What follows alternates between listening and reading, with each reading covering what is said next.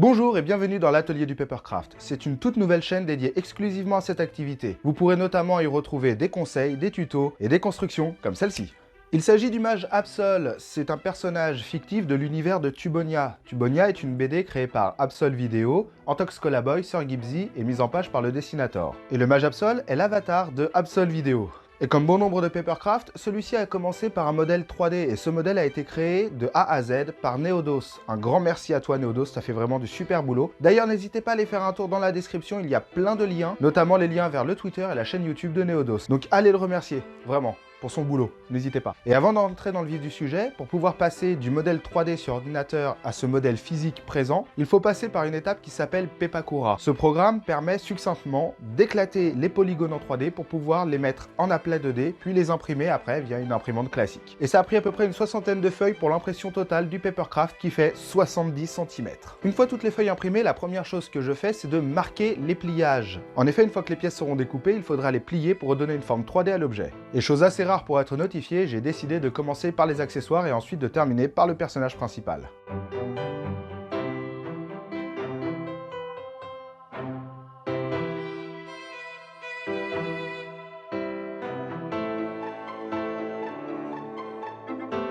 Ce Papercraft va être amené à être déplacé. Par conséquent, il a été pensé en modèle 3D et ensuite en Papercraft par le fait que les pièces vont être séparables.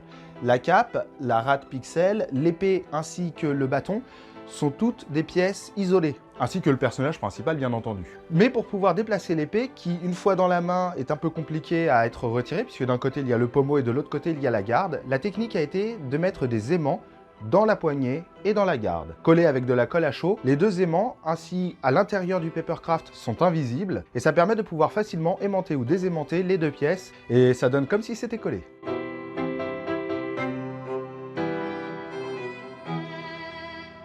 De plus, comme vous le voyez, pour pouvoir coller les pièces entre elles, il y a des languettes. Et ces languettes, j'ai choisi leur emplacement moi-même sur Pepakura, ce qui permet de pouvoir définir l'endroit où on veut les mettre. Et lorsque l'on fait une pièce qui est entièrement fermée, le plus simple pour terminer cette pièce, c'est de coller sur les languettes et non pas de coller des languettes à l'intérieur du Papercraft.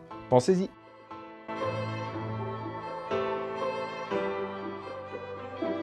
Depuis tout à l'heure, je vous dis que j'utilise du papier. Il s'agit d'un papier de type canson, comme la marque, c'est-à-dire un papier un peu rigide en 180 grammes par mètre carré, pour quasiment l'ensemble du Papercraft, excepté pour la cape. Or, pour les rates, eh bien, il aurait été plus judicieux d'utiliser du 120 grammes, beaucoup plus fin, beaucoup plus petit et facile à travailler, surtout pour des petites pièces. Les rates font 8 cm sur 4 cm, en tout cas pixels. La tête de Razmot est beaucoup plus petite encore, au final, enfin la même. Bref, je me comprends. Donc le poids du papier a aussi son importance. J'aurais pu utiliser du 120 grammes pour les petits accessoires, ça aurait été beaucoup plus facile pour moi. Mais d'un autre côté, vous me direz, bah il est où le challenge? Et tant qu'à parler de Pixel la rate, elle aussi elle a un aimant pour pouvoir être facilement posée et retirée de l'épaulette.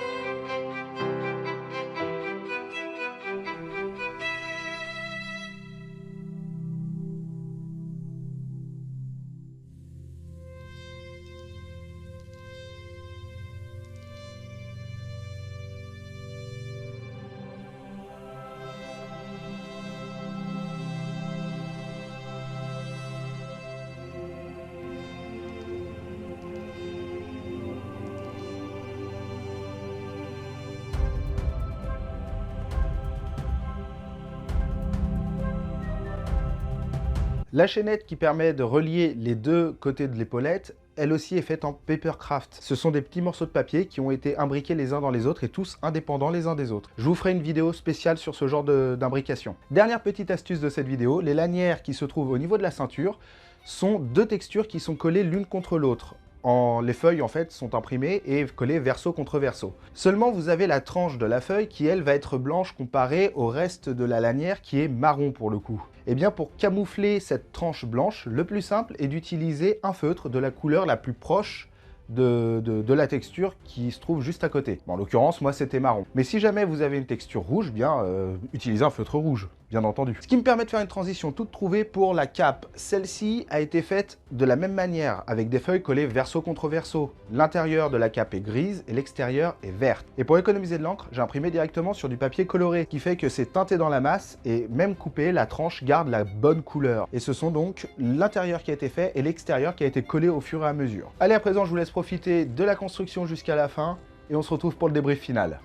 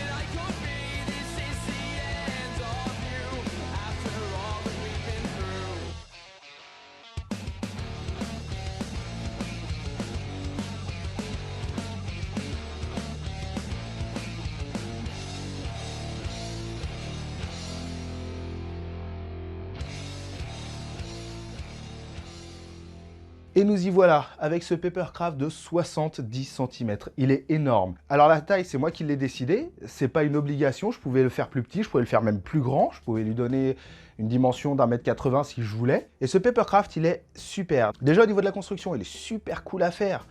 Et en plus, vous avez plein de petits détails. C'est vraiment, Neodos, ça fait vraiment un bon travail sur la texture. Vous avez vraiment les 5 doigts qui sont séparés les uns des autres. Et le fait de, voilà, de rajouter des petits aimants, ça permet... Hop, le bâton tombe. Pas bouger. C'est bien. Ça permet comme ça de pouvoir facilement placer et déplacer des éléments. Alors je n'en ai pas mis beaucoup, mais voilà, ça donne un petit effet. De plus, comme vous pouvez le voir, l'épaulette, qui est assez épaisse, elle est en cuir épais dans la BD, et bien pour redonner cet effet de ne pas utiliser trop de papier, on a juste mis des cales à l'intérieur de l'épaulette pour pouvoir la faire se poser sur la cape. Cape qui elle-même est posée sur la tête au final. Je ne vais pas vous mentir, j'ai travaillé un petit peu dans la précipitation et à la cape, je suis pas extrêmement fan. J'ai fait quelques erreurs que je corrigerai dans un futur très proche. Mais dans l'ensemble, ce Papercraft est exceptionnel. Il est super beau, il est super propre. Il n'y a pas eu beaucoup de techniques un peu particulières que j'ai utilisées.